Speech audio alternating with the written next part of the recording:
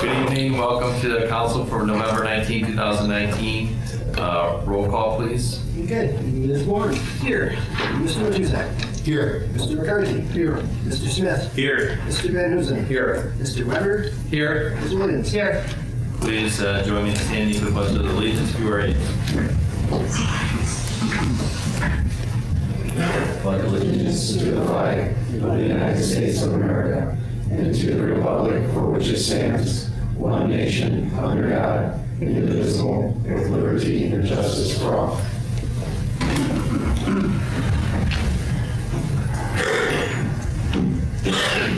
Minutes of the... Mr. Mayor, may I interrupt you for one moment?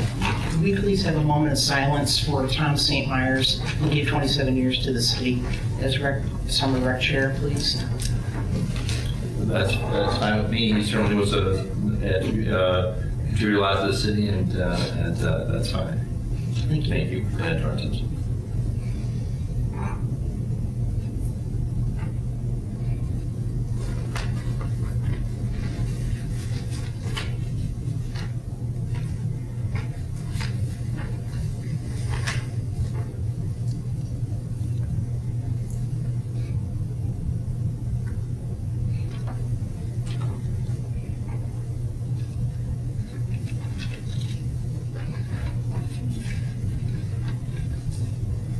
All right. Minutes of council November 5th and the special council meeting minutes of November 5th. Is everybody okay if I move to approve these together? Okay. Then I move to approve the minutes of the special Perrysburg City Council meeting of November 5th, 2019. Mr. Matuzak, I wasn't part of the special meeting, I should say no on that. Okay, I will do them separately. Yeah, sorry. So I move to approve the minutes of the November 5th, 2019 special meeting of Perrysburg City Council. Second. Roll call. Okay, Ms. Warren. Abstain. Mr. Matuzak. Yes. Mr. McCarthy. Yes. Mr. Smith. Yes. Mr. Van Hoosen. Yes. Mr. Weber. Yes. Ms. Williams. Abstain. Good. Okay, I move to approve the minutes of the regularly scheduled City Council meeting of November 5th, 2019, as written and dispense with their reading. Second. Roll call. Okay, Ms. Warren. Yes. Mr. Matuzak. Yes. Mr. McCarthy. Yes. Mr. Smith. Yes. Mr. Van Hoosen. Yes. Mr. Weber. Yes. Ms. Williams. Yes. Thank you. I'm not aware of any special reports, any letters, communication, or citizens' concerns. Okay, if not, we'll go to administrative reports.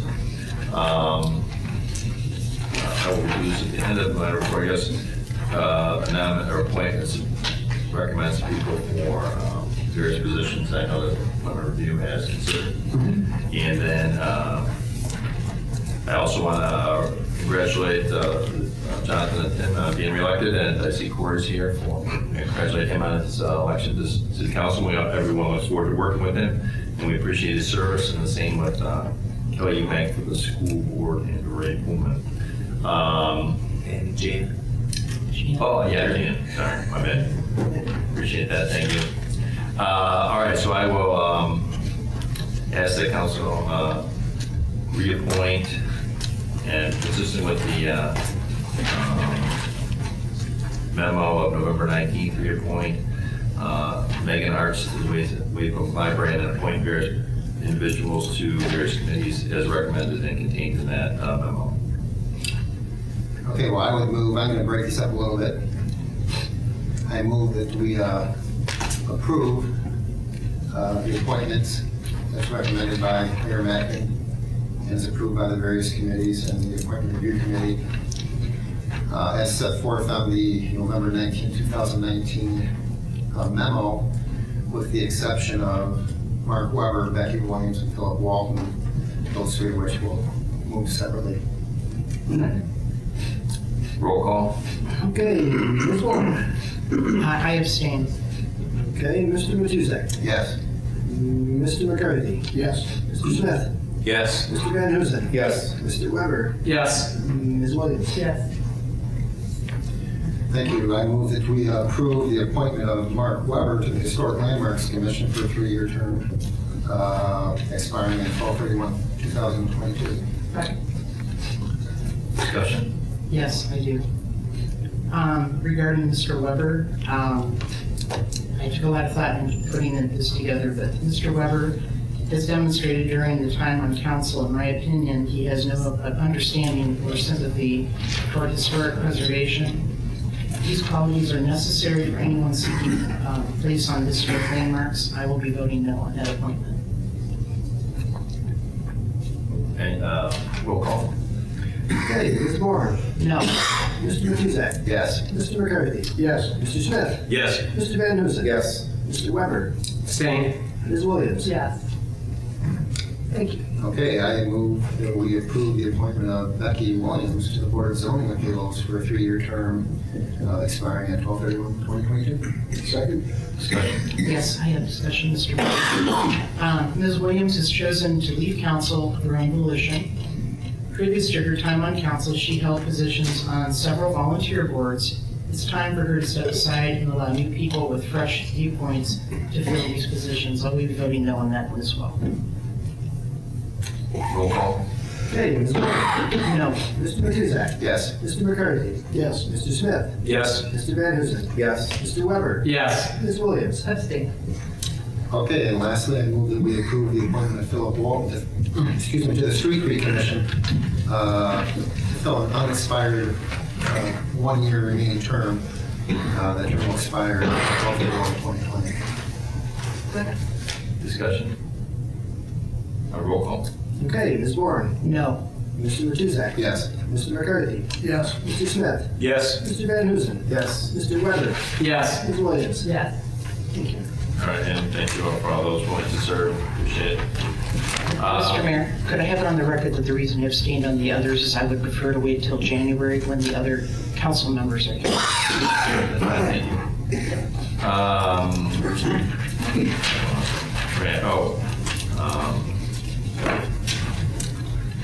All right, administrator report. No report. Finance director, No report. Streak, director of law. Just would like to announce to council this afternoon, I did receive a courtesy copy of a notice of appeal for the 401 West Front Street decision that council affirmed at the last meeting. Once I receive a file stamp copy from the Court of Common Pleas, I will provide that to council. Thank you. President council report. I have no report.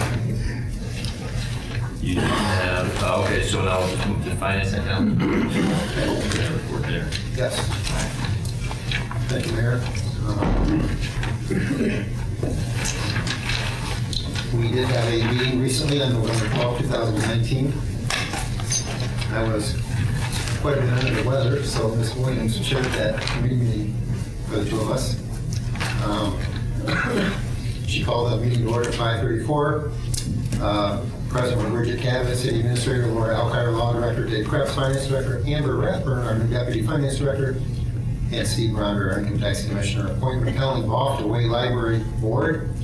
Ms. Williams moved to go into executive session to discuss the appointment of public officials. I seconded it. The committee went into executive session at 5:34 p.m. and returned at 5:39 p.m.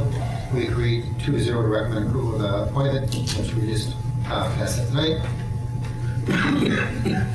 Similarly, there was appointment of John Aubrey to Way Library Board. We met in executive discussion to discuss that. We just passed that tonight. Finance Director's report. The committee reviewed expenditures greater than $5,000 for October. Ms. Williams asked about a payment for a jobs grant, a payment to Jones and Henry for the water study, and a payment for training props for the fire division. I asked about the purchase from Motorola, and Ms. Cabot explained that this was some replacement radios for the fire division. There was brief discussion about a recent pursuit in the city and the related use of the police radio system. Mr. Krebs reported that the balance in the Health and Welfare Fund continues to drop as expected.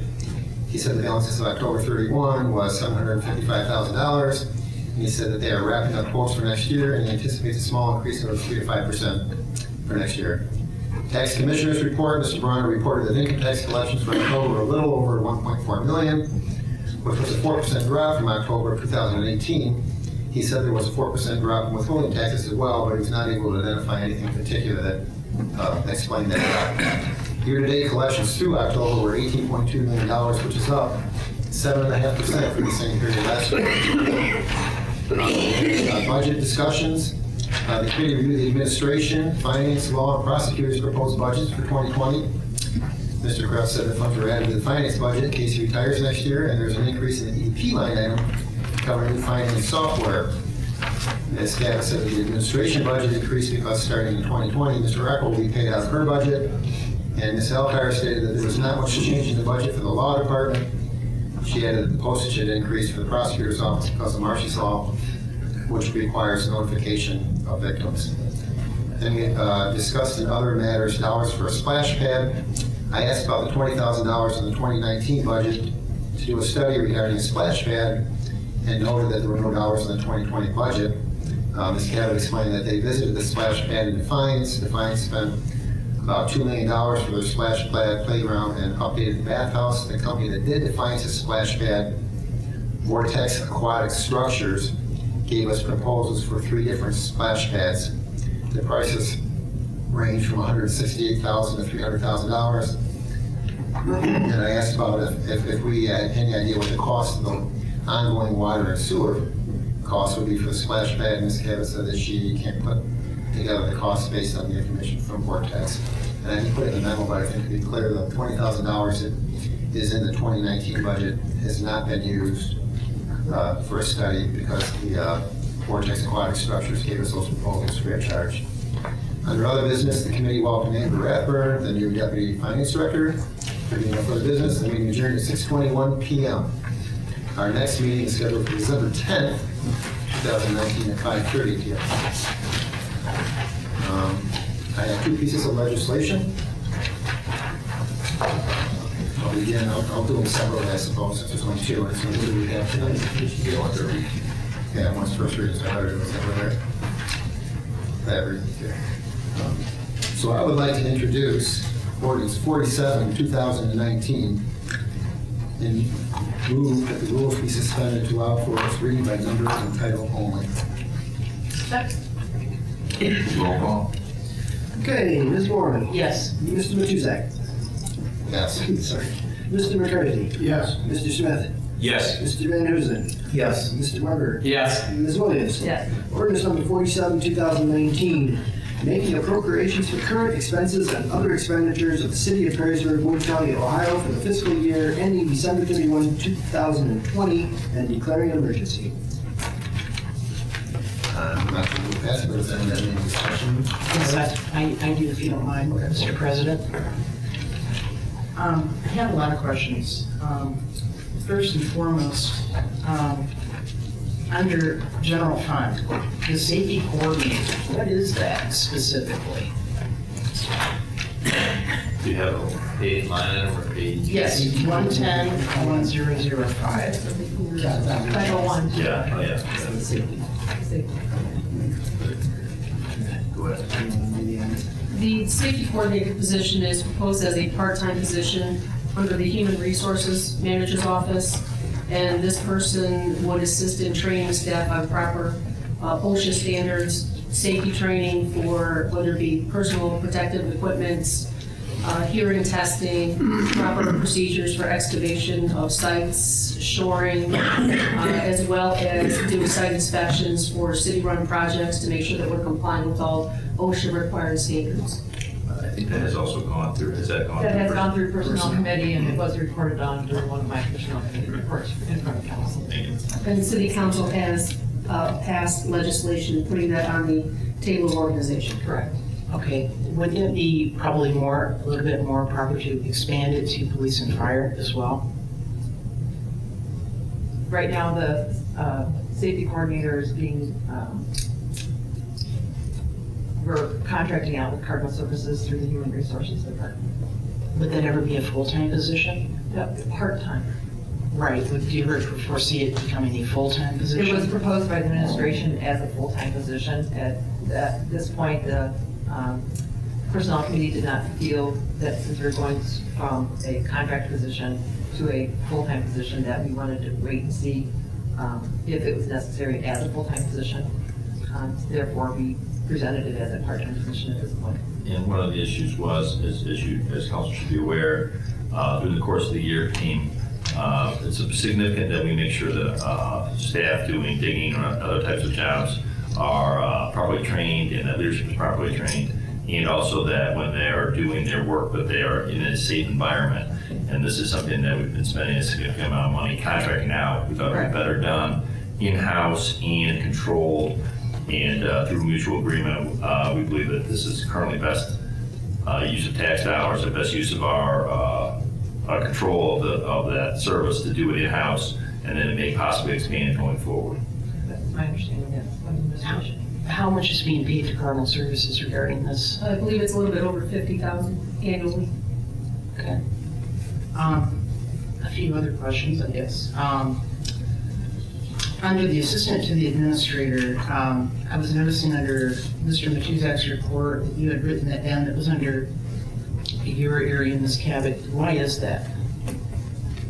Regarding John Eccles' They'll be position. reporting directly to myself and assisting with a variety of capital projects, as well as long-range planning and succession planning. I guess my question would be why wouldn't he have his own line item? Since that would be his salary. There is a separate line item within the administration's budget for his salary. I believe that's the way Mr. Krebs set that up. I guess that would be similar to any other deputy department head. Correct. I guess, all due respect, wouldn't he be more entitled to report to the mayor? The mayor is his boss. Actually, the city administrator is his supervisor. Right. Yeah, but ultimately, Tom, Mr. Mayor, is his boss. Is everybody's boss. Yeah, we should remind people that sometimes. I just did. The position was set up and went through personnel committee. Yeah. Correct. It was set up as an assistant administrative position through the supervisor of this position would have been the administrator of the city.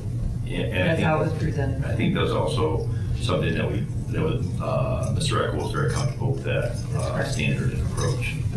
Wasn't that vote on here in council when we said design the position? That's correct. Correct.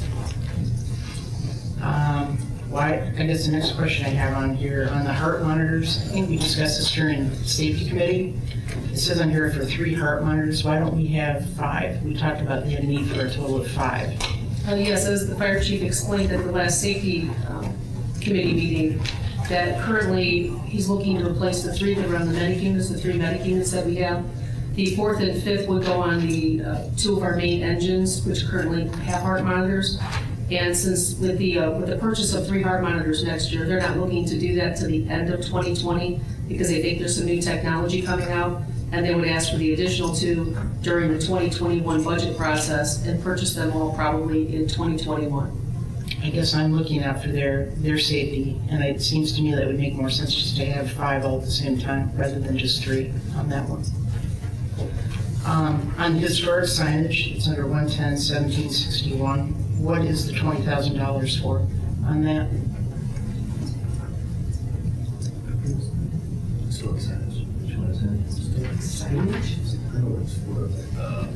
Was it discussed? Oh, yeah, that's the mayor's working on a project where, the wall, the mayor needed to remind his own idea.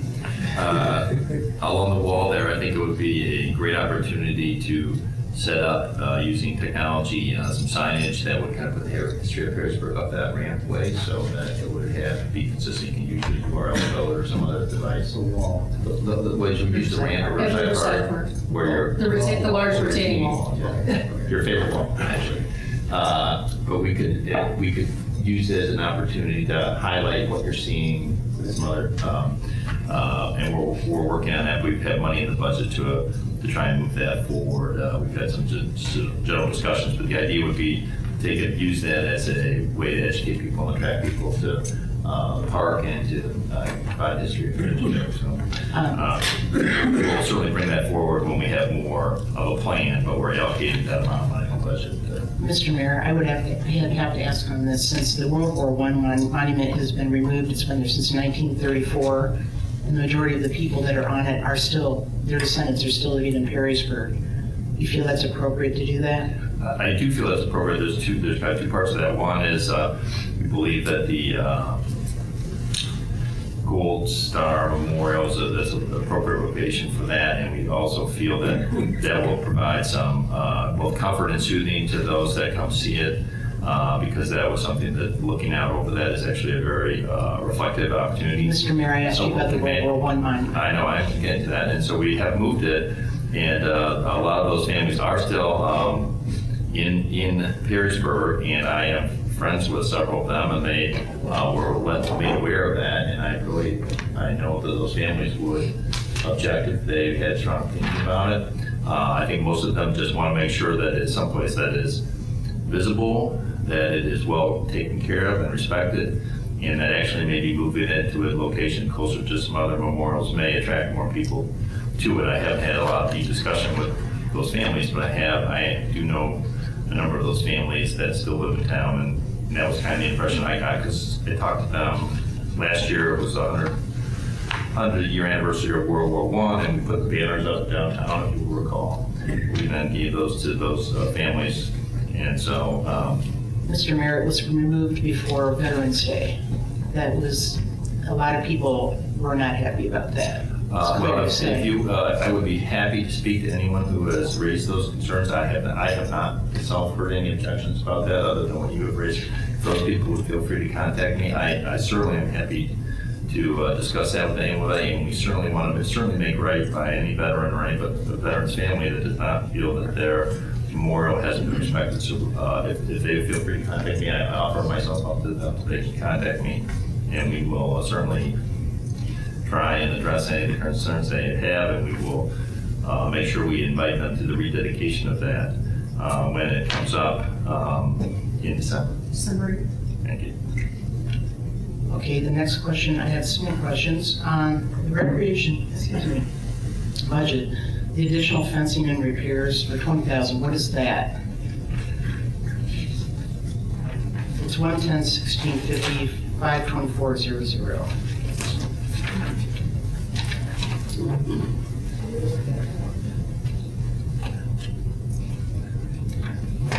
What was the line item again, Councilman Ward? Yes, it is 110-1650, 52400.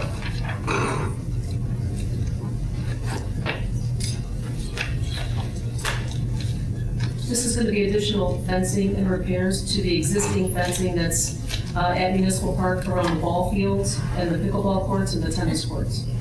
Okay, great, thank you. And I have a few more questions. On sewer replacement and extension fund, the construct new offices lunchroom, $1,500,000. Construct new offices, lunchrooms, 2/3 cost, additional $120,000. What are the miscellaneous collections of $122,000? What are all those? The first item that you mentioned, that is adding additional dollars to dollars that are already in the 2019 budget to renovate and expand the existing utility offices down on East Boundary. That project is currently on hold while we review the plans to make sure that we're building appropriate and adequate space without adding space that is unneeded. So that is on hold. And your second question again was? Yes, on the construct new offices, it's 402,917. Construct new offices and lunchrooms, 2/3 cost, additional $120,000. That is the same project. That project would be split funded by both water funds and sewer funds. So that is the same project, coming out of two separate accounts. Okay. I still have some more questions. Let's see, what are the miscellaneous collections of $122,000? What are those? And which fund would this be in? It is under the sewer replacement and extension fund, 402,917.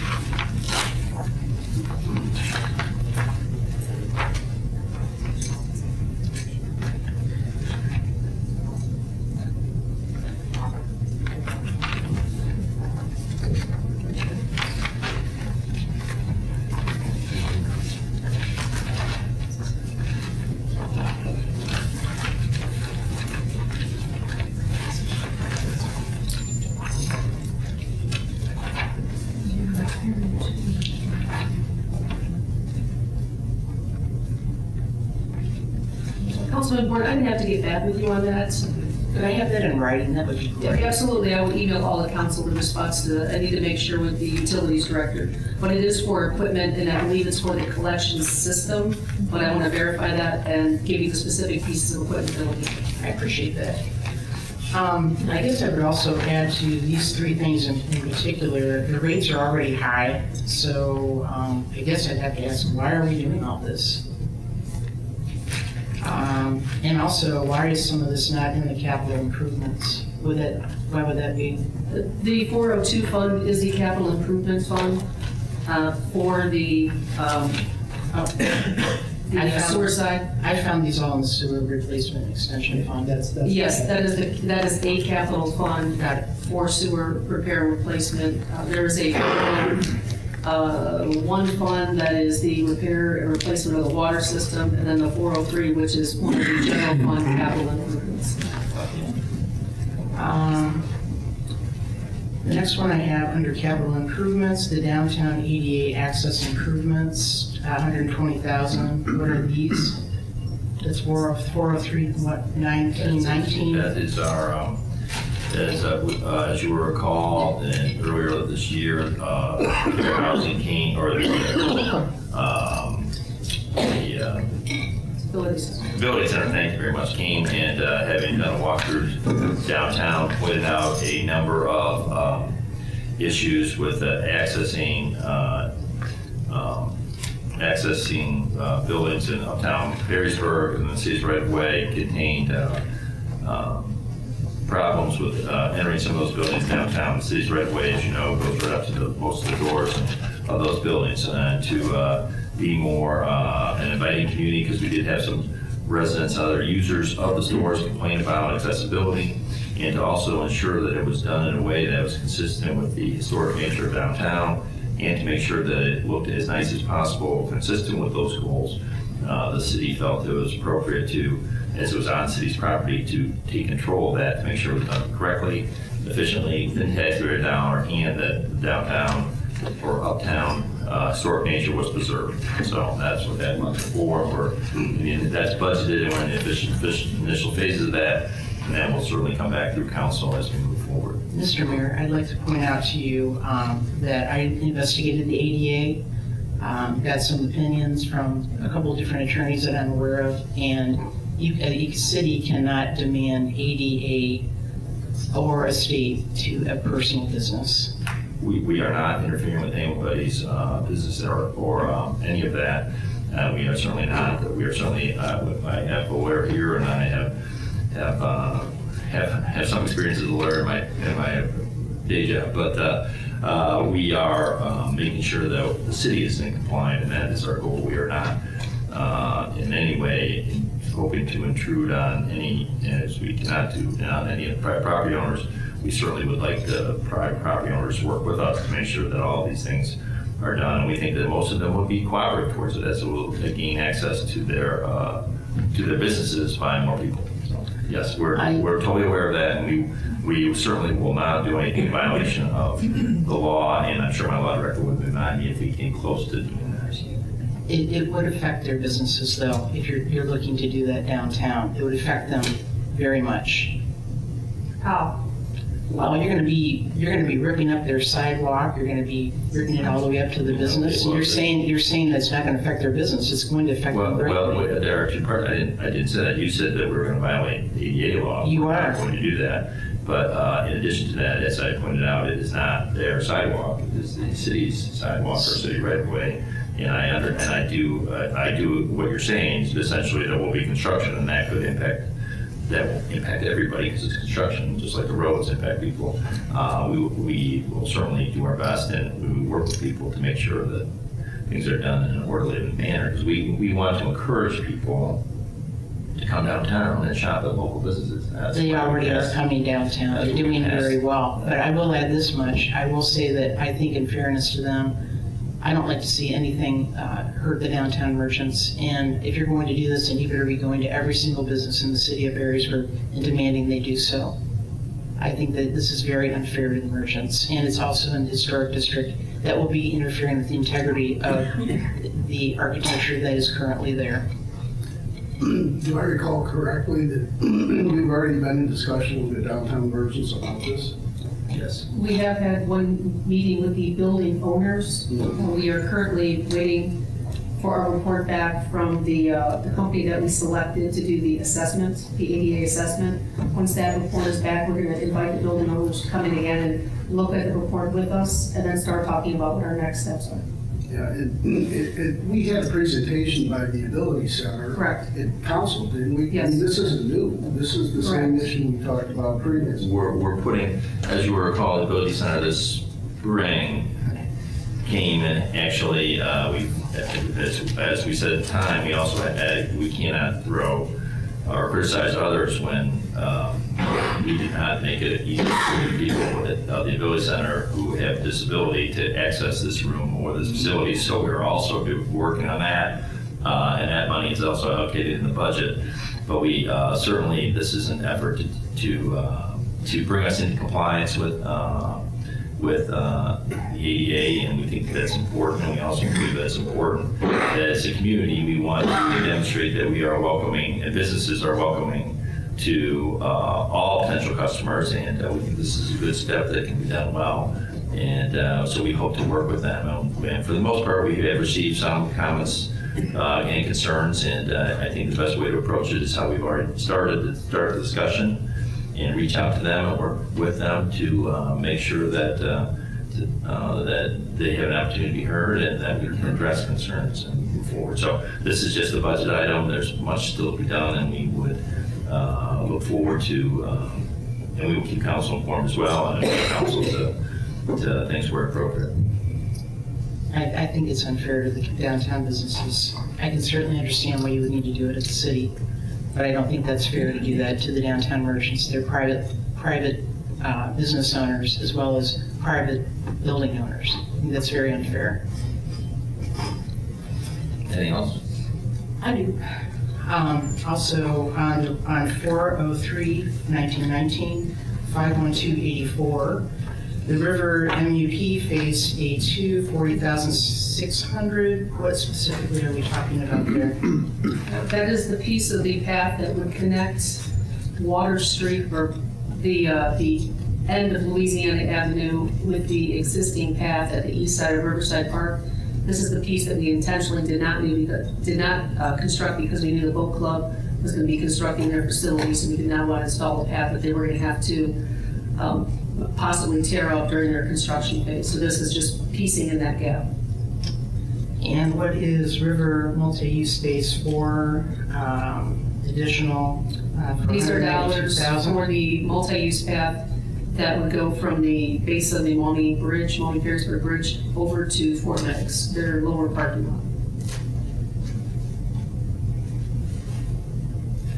Okay. Go on. Under the Maumee Western Reserve Road, dip repair $212,000. What's that for? That's 4/03/1919. Yes, as we've discussed, I think in the service committee, at least once, there is a depression when you're coming southbound from Maumee, across the Maumee Perrysburg Bridge. There is a depression in the road there in that lane, and it also kind of crosses over into the northbound lane. So we've had some testing done, and we're actually having a meeting with the consulting engineers the 26th of this month to see what our repair options are, but this is setting aside money for that depression. When do you anticipate doing that? Probably as soon as the weather would break, spring of next year. Under Parkland Acquisition and Development Fund, by the way, it says on your Riverfront Park. I think maybe it was meant to say possibly Riverside Park. 404-1637-51206. Improvements for $50,000. That is that same pot of funds that we basically have had held for to address any other issues that may occur at Riverside Park and other developments that could need to be put down there. We will work with council and your committee for specific projects. It's kind of a holding fund, as you will recall. I think it's basically the same as it has been the last couple of years. That doesn't mean Riverside, the Riverfront Park, that's the riverfront. So that's not an error. We'll probably focus on Riverside, making sure that that's finally fitted out, but it could be additional canoe or kayak racks at Orleans Park. Sure. Some repair work at, Maple Street Boat Launch, or something at Twin Park. Right, I just want to point out, it says Park Development Riverfront, so that's not an error, that's meant to say riverfront. Our initial focus is just making sure that we have that revitalized park fitted out to the extent that it needs to. Sure. Next question I have is, why is the splash pad not listed in the 2020 budget? The administration did not know that given the investigation which council has provided, that the cost at this time is a want item, not a need item. And the other issue, as was discussed in the finance committee, and we're still getting information, in addition to building the splash pad, you have the cost of water, and that's a substantial ongoing cost. And we are very concerned about that being an additional impact to the city's budget. So at this time, we did not feel it was appropriate, given the funds that were available, that was a want item that would be of a priority for the administration, although that's certainly something that is not necessarily completely ruled off the table, though it's still being investigated. It's premature to put it on the budget at this time. We did not feel that was appropriate, given the other wants and needs of the community, that substantial expenditure of capital dollars and the ongoing cost to maintain and keep that park generating and being effectively used were worth that risk until we need more information. Well, I've done homework on my own, and I shared it with the Recreation Committee, and I also gave the estimates to Ms. Cabot, and none of them were anywhere in the neighborhood of what you discussed. What I saw about Defiance was a road trip to Defiance, and it just reminded me of finding something that was the most expensive endeavor to be done, just like it was done to the boat club. Well, I would suggest that. And that was not what the boat club would cost to repair any of the people that were in there. It was $17,000 to $50,000, and they said it was $500,000, and it was not to repair it. I completely understand that is your position. That's fine. I mean, if you would like me to go. I think the public is not looking for anything grandiose. They're looking for something that they can enjoy with the kids and grandkids and parents. That's it. Okay. Quick question, just one line, so. On 1005.555507, it's under the human resource, under employees insurance. I don't know if this question is brought up in the committee, but I noticed a pretty significant increase. Yes, that is an item that Mr. Krebs has to adjust before the final budget is passed. Okay. Originally, there was a full-time safety coordinator in there that had a full benefits package for healthcare, and that was noticed at one of the last personnel committee meetings. Yeah. It was. That's part of it, but there is also a situation in that department The where insurance. the employee in that department is yes. under a different policy, and now will have to be paying her own policy out of Right. that fund. Halfway through the She year. went from nobody paying insurance to Right, that's why it went up such a high percentage. paying insurance. Okay. And then, The spouse of that employee has health insurance out of a different department, and since they will be retiring next year, Ms. Chalfant will be back on her own plan in her own department. So we have two things going on. that's a pretty significant Yes, it increase was. there. Yeah. And then, not to pick on the mayor anymore, but there was, I did notice a similar line item under the mayor's side as well, but that was started out last year, I believe. Is that just from Mr. Apple moving over there? Yes. Okay, yeah, that's what I figured, but I just wanted to make sure I knew for certain. So, that's it. The other thing I wanted to mention is we did receive an email from the administration that there was a request from the Heights Community Association again for, to put money in the budget to support them. I didn't know council this year had the same taste for doing that the second year in a row, and where that money would come from, so. Well, we didn't, in the past, we haven't had a separate line item for that. Like we just took it out of There was other expense. Oh, that's correct. We're the questioning the council's budget and our own budget. Yeah. We put that out there. They did ask that, that's a good point. They have asked that continue. Correct. Is council likely to do that? I would think so. Correct. I think we have that in our council's budget. Well, we Under don't special have, projects, there's as I said, we don't have $10,000. $20,000 Right. in the That was council my point budget. for bringing What it we up. did last year was, with the request, is we took the 2018, gave it to them before the end of the year, and then in 2019, gave them the we other gave half. the other 10,000. We can't do that this year. So the question I would pose is to the administration, that this is something the administration would be equally as interested in pursuing, to see if there is the ability to look at finding some ways to make that. Or is it something we should wait until the revised budget comes out in March? I suggest we take it right out of the mayor's department, compensation line or something like that. I mean, correct me if I'm wrong, Mr. Krebs, there is a nice size reserve balance in this proposed budget, and Dave could simply just allocate 10 more thousand to council's line item, and it would just reduce that balance by $10,000, projected balance by $10,000. With the administration would not. That would be the easiest thing to do. Yeah, okay, that's, we will make that adjustment, and the budget for consideration for passage will contain that change. So we don't have any motion on the floor, so we can't make any amendments to this at this point. This is We will go ahead, administration can, based on that recommendation, make it. Based on the conversation, we'll make that modification, and then we can point that out prior to the final budget going out to council before passage, any modifications that were made in between now and then. So it's I'm everything just set. gonna add 10,000 to the council special projects line. Yes, Okay, yes, because the $10,000, my understanding is the special projects that's in this budget is for training for council members and such. Was my understanding that? No, it is not been designated as such. Right. Do we want to put?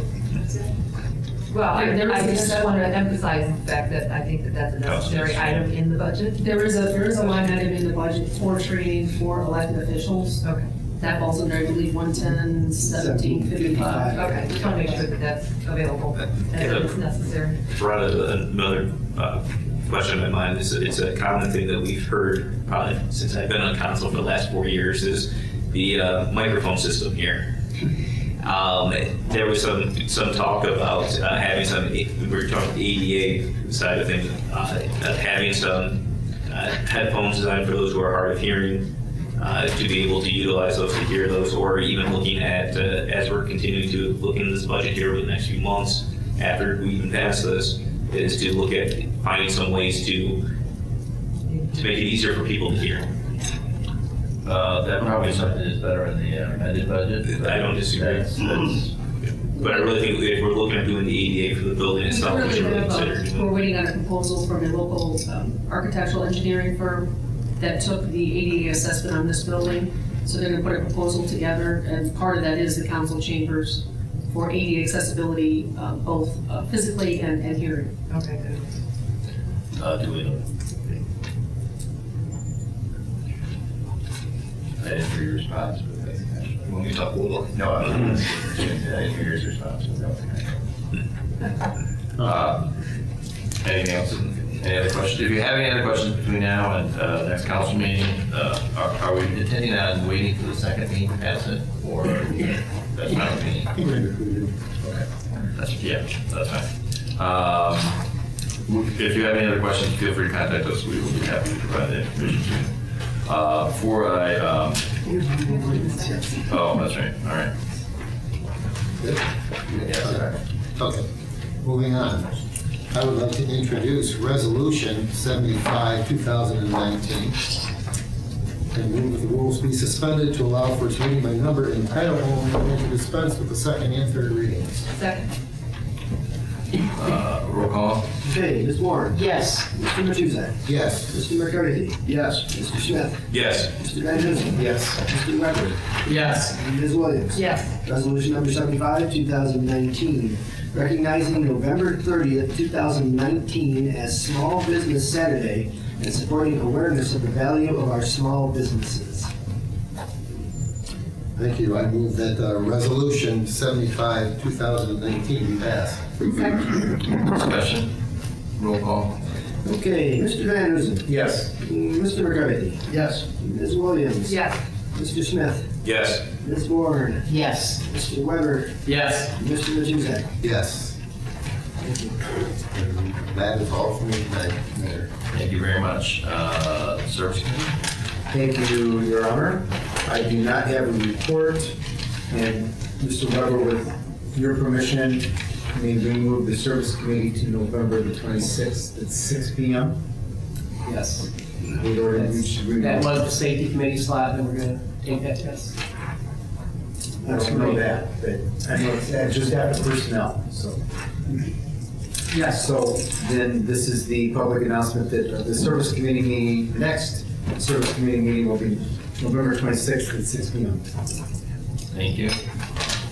Before the Safety Committee, I do want to, I know I joined with all, the council will join me in recognition of the hard work of everyone who was involved in the last 2 Fridays, and hopefully not this Friday, incidents in Perrysburg.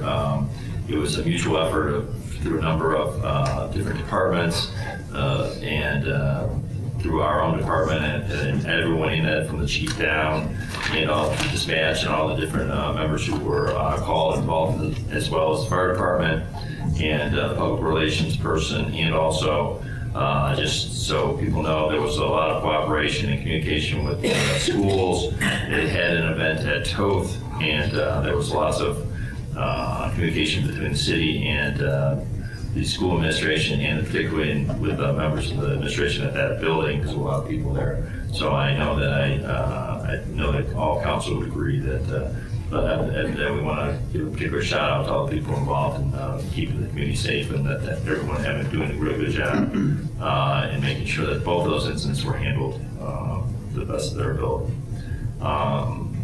Safety Committee. Well, I'd like to add to that I'd also like to thank Bridget and Shannon, our public information officer, for keeping all of us so well informed as all the events unfolded. It was really helpful to all of us. I have no report for safety, and our November meeting is canceled due to lack of agenda items. Our next meeting in December will fall on Christmas Eve if we don't change it. So we'll have to, I think, at another, when it gets closer, we'll discuss it. We would have a meeting then. All right, very good. And you'll get that to us later. Yes, we'll schedule that later. If we have any agenda items. Thank you. Recreation Committee. Thank you, Mr. Mayor. On December 10th, we will be having our next meeting. I have no report for this one, as we did not meet. Planning and zoning. No report, Your Honor. We meet tomorrow at 5:30. As I mentioned, our last council meeting, at the committee, we talked about referring the issue of raising hens to the Planning Commission so they can begin reviewing that issue. I did not get support from my colleagues on the committee for that proposition that night, but I did intend, and I will move tonight, that council refer to the Planning Commission the consideration of amendments to the zoning code to permit the raising of hens. Mr. McCarthy, I will definitely agree with you, and I will support you on that. Is that second? Second is the second. Discussion. That's fine. So you're asking council to send the deliberations to the Planning and Zoning Commission? Right. The Planning Commission, and if we didn't, it just, what are the consequences if we didn't send there? Well, it would just die. Essentially, any amendment of the zoning code requires that it be referred to the Planning It goes to Commission, Planning Commission first. which is what we did last time. And I've been reminded already that the Planning Commission kind of threw up their hands in the air, and it just came back to us without a recommendation. But the process still has to begin there. One of the questions I would like to ask is, if this is going back there, what is it that's going back to them? What is the exact language? Because the last time we went to the Planning Commission, there was a specific language and code. Well, that I assume will be the prerogative of the Planning Commission to see if, I believe we had a draft ordinance last time at some point. that would have permitted the raising of hens, and that didn't pass. So I assume There's that's a couple probably different versions a too. would be to dust off that old ordinance and see if they have any thoughts about it, pro or con. And then eventually, of course, it will come back to council if the process begins. Has the makeup of the planning commission changed significantly? Has it changed since Since last time? Since last Yeah, time I they think didn't do there have been a anything? couple changes. It's been about 3 years, hasn't it? 17, I think it was, August of 17. 2 years. We're gonna send it back to the same people that didn't do anything the first time. There's still a majority that was the same. There are several hundred people. I don't know that I would say they didn't do anything. I know that they did review it at their level as far as planning commission. The only comment I would make is when the first ordinance came through, there was not any enforcement, and that's one of the issues with this ordinance that's on the books right now. We have an ordinance without an enforcement ability. I would not support it going back to planning commission for the specific reason of reviewing it in order to allow hens. My vote in support of this would only be for an enforcement portion of being reviewed by the planning commission. Yeah, I'll ask the director of law. That enforcement thing, is that, I don't know if that's really, posture at this time to go to the planning commission. As I recall, we talked about it, we knew what the problem was, but we really didn't have a solution yet that really we could propose to them. Do you remember that correctly, or am I wrong? Well, I think that the enforcement portion is not per se part of the planning commission's purview. In May, we proposed at the safety committee level, just simply adding that the penalty would be, what the penalty would be if you were caught with an unregistered or unchipped hen. And that was not acted on at the committee level. It was referred to P&Z to determine whether or not the issue of just allowing them in general should be considered. So we currently have no enforcement that we could prosecute or charge if someone has a hen in violation of our current code. So if you're Becky, that would not, if you were asking for an enforcement provision, that would not necessarily need to go back to the planning commission. Correct. Thank you for the clarification. That would not be. That is Well, what at is it? city council level. Regardless, if you're gonna allow the hens to a certain extent, there still need to be an enforcement change that would occur. I mean, if you're, the last, ordinance, I thought I'd talk about chickens again, but, the last, the proposal that we had only allowed for, I think, up to 6 hens.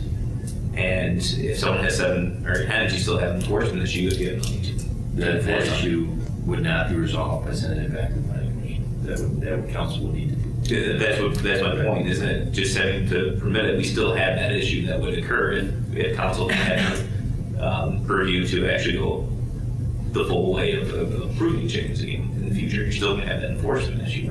I think we should point out that many of those that were microchipped in August of 17 aren't even alive anymore. I mean, the No, microchipping is gonna And I don't solve disagree, itself. I think, and I agree with you wholeheartedly. I spoke out on the planning and zoning committee. I don't want to make a rule for 4 or 5 people that will eventually be at 0. But if we're looking at permitting it, we're going to have to look at that enforcement side as well. Yeah. And I think it should be coupled together. I mean, regardless of it going to planning and zoning committee, or the planning commission, it's still going to have to be coupled with this new proposal. Agreed. I wonder, can I make just a few notes? I just jotted down here. I'd like to make some points. I probably won't be up here when the vote comes. So I'd just like to get a few thoughts out on record. When the ordinance was passed in August 17, I wrote these down, so I don't forget. There was a period of time before the microchipping took place that everyone could have all run out and gotten hens and be grandfathered in, but that just didn't happen. They're just the responsible owners, that the same 6 families that had them then are the ones that have them now. So, I'm certain that if that code 1215.02 180 were to be amended or removed, we're not going to see Perrysburg get overrun by hens. It's not going to be the next Tyson farm here. So What I want to point out was just in the last 2 years, many surrounding cities have amended their codes to allow. Things have changed in the last 2 years. And if you look up, there's just a lot of urban areas that are allowing backyard hens. And the problems and complaints have been nearly non-existent in all of those. So it's something I would hope that everyone would consider when they vote on this. I know I would rather live next door to a few backyard hens than 2 large pit bulls. No one's ever been attacked by a hen, so that's... Only roosters. Only roosters, right, but not a hen. Another point I'd like to make is we're not talking about the entire city here because most of the subdivisions have HOAs that their bylaws have these in place, but they're not going to allow them anyway, and some of them don't even allow vegetable gardens. So, these restrictions those restrictions are known to the homeowner even before they buy their house in those subdivisions with HOAs. So, now I just wanted to point out there are many benefits to raising backyard hens, and mainly it allows residents to be self-sufficient by providing access to a healthy food source, much like a vegetable garden. And I hate to see that opportunity taken away from folks that, because really the ones that raise hens here, it takes a lot of work to raise them, and they're going to build pens that protect them. They're going to protect them from predators. But the biggest pushback is really from people not knowing, not understanding, or not having the facts on hens. I'm almost done. I just want to dispel a couple of myths. One is noise. People think that they're going to be real noisy. The noise from a clucking hen at 2 feet away is about 70 decibels. That's equivalent to the sound of a lawnmower 100 feet away. So noise is really not an issue. Smell. The waste from 3 hens is less than the waste from 1 medium-sized dog. This is all research I've done. And chicken waste is compostable, so you don't really have to even go out and pick it up. It takes care of itself. Rodents. Chickens do not attract rodents. Unsecure feed does. So, but by having an ordinance that enforces proper coop construction, and that really would not be a problem any more than birdseed. Most hen owners would have a pen constructed already to protect them from predators anyway, so that's really going to contain the feed, and that's not going to attract rodents. Another thing I think was questioned before is salmonella. You're more likely to contract salmonella from raw chicken on your kitchen countertop than you are from a hen in your backyard. So that's another myth that can be dispelled. And another one, finally, property values. There's really no documentation to prove that proper chicken keeping drives down property values, because it's just not true. So, just to wrap it up, today, people are just far more conscious about where their food comes from, so much that backyard hens are being considered permaculture rather than agriculture. And I think that's the way they should be looked at. I would hope council look at it that way too. So I would hope that council would agree to a maximum of 6 hens with proper pens, proper setbacks, and then rather than waste city services doing surprise inspections and scanning microchips and that, the enforcement, I think, could be just complaint driven, much the same way as dogs and other pets, related violations are enforced. So that's my little rant. I agree with almost everything, I think just about everything you said, Mr. Weber. I will add to that it's a sustainability issue as well. Right. Get their own eggs. So I think we have a motion from Mr. McCarthy. Is the purpose of your motion to send it back to the planning commission To restart the process. to restart the process, or wasn't necessarily just to get an enforcement mechanism, right? No, it's not. As we've been reminded, it doesn't go to the enforcement issue. It goes to the issue whether the appropriate amendments should be made in the zoning code to permit the raising of hens in some specified fashion, which to Jonathan's question, I assume their discussion will probably begin somewhere around the ordinance we had before. So it says it can go back to the planning commission, and whether the planning commission recommends thumbs up, thumbs down, whatever, it can still go back to council like it did last time, and we will have I think, a materially different makeup of council this time around than we did last time. So that's the reason for the motion, to get it to a different makeup of council again. I just want to make sure I understand that. Yeah, obviously at this point, it wouldn't be back before council until next year. Right, right, okay. Any other discussion? I think we had a second, Deborah, a second. Yeah. Deborah seconded.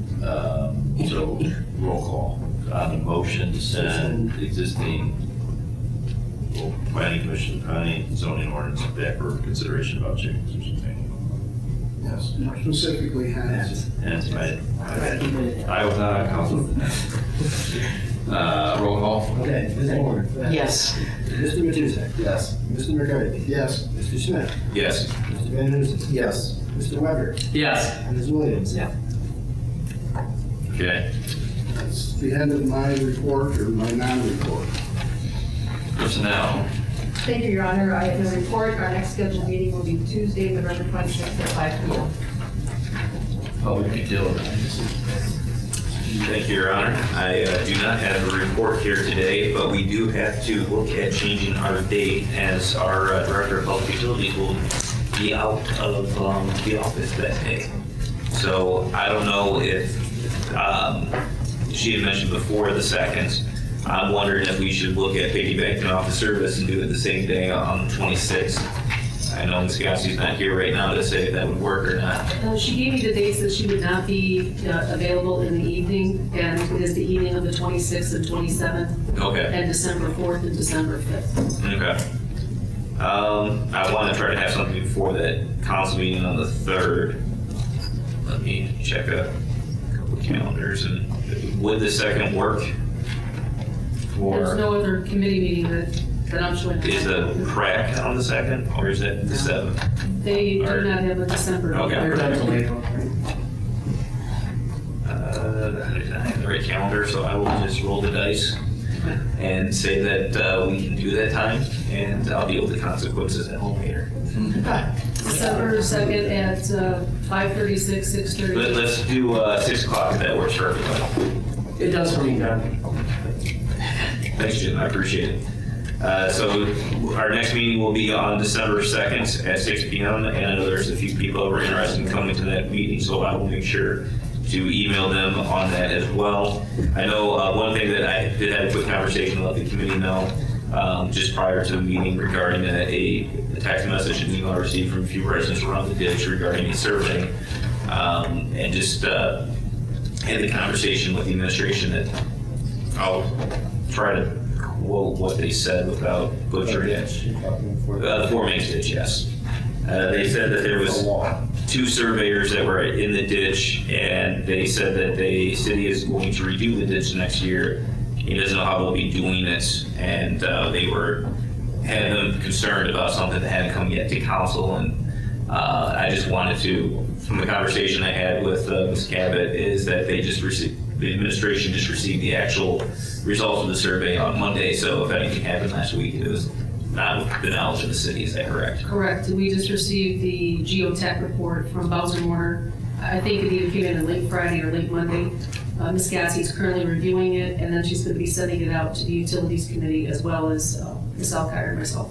So just be prepared, committee members, for this to be on the agenda on the 2nd. That's everything. Thank you, Your Honor. Thank you. Any other business before council? Move to adjourn. Roger.